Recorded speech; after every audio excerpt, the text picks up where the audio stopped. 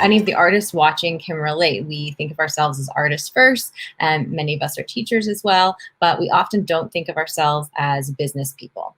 And what this pandemic has really opened up is, I think, the need to put out our own content, to be more multifaceted, to learn technology better, to engage our audiences better, probably things that we should have been doing all along, but now it really is a necessity. And so you have pivoted so dramatically and so quickly, and all of your content is just so organized, so detailed. And I would love to hear a little bit about your experience with that, and maybe any advice you have for any artists watching. I think the secret is to start getting educated. And I mean, not everyone enjoys being entrepreneurial. It's not for everybody. You have to have that spirit for sure. If you have it, then I encourage people to leap on it and act on it, because you're right. This is the time. It's a necessity.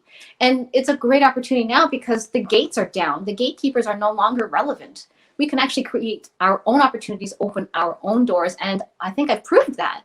I mean, I don't think I ever really was a business person up until middle of March 2020. Let's face it. And still to this day, in July of 2020, I still am a little bit in denial that I have a business, because it's not been my identity for this long. But technically, I guess I do. I do have a business. And yes, I technically am a businesswoman. And you're right, it did not take long. And it's because I took a few courses and they were life-changing. And I absorbed the information extremely quickly, and I crammed no less than 9, 10, 11 different platforms and software programs. I had to cram them all. We're talking late nights. As me established, I'm not a morning person. I've been up till 4 in the morning, learning, struggling, experimenting, making tons of mistakes until 4 in the morning. Oh my gosh, my entire document just deleted. Oh, I've got to type that again. That's happened to me. And so I've spent so many long hours doing this. So in the beginning, when you're starting, start to educate. Start to educate yourself. Find a course that resonates with you. Find a coach that resonates with you. And the best thing, as you and I know, getting into a coaching program with a group of other like-minded people has been the biggest asset. I think that's how you and I met, isn't it? And when you have people who are like smiley face, like yours right now, it's such a beacon of hope. When I see Gina's beautiful smiley face, I feel, yes, I'm not alone. I can actually do this. You have no idea. I've gone up high. I've crashed down low. Oh my gosh, I'm not going to sell this. I'm not going to make this work.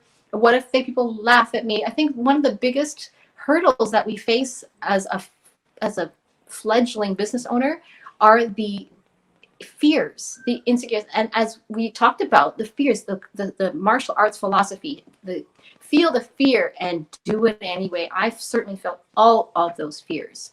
Are they going to laugh at me? Do I have colleagues who are going to mock me? I feel very self-conscious stepping out because I'm used to being in a herd.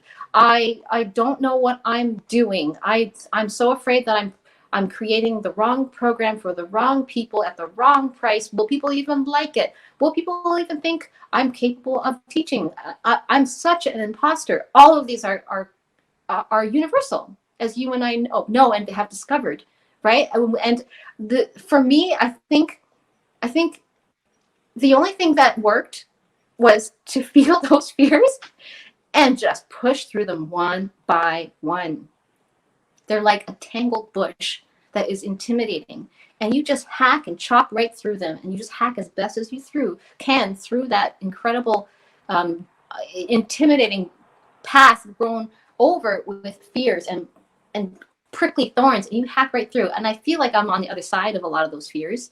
It's still not easy. It's still a lot of hours. It's still a lot of work in front of the computer. Still a lot of long days. I mean, and it's still challenging to even come up with days where I can actually rest and take time off. But I do feel like I'm on the other side of that, let's say, gauntlet of fears. I can do this. I've proven that I can. I have made the financial equivalent of what I would make in a financial quarter as a freelance artist. And where did that money come from? From my own hustle. It is possible.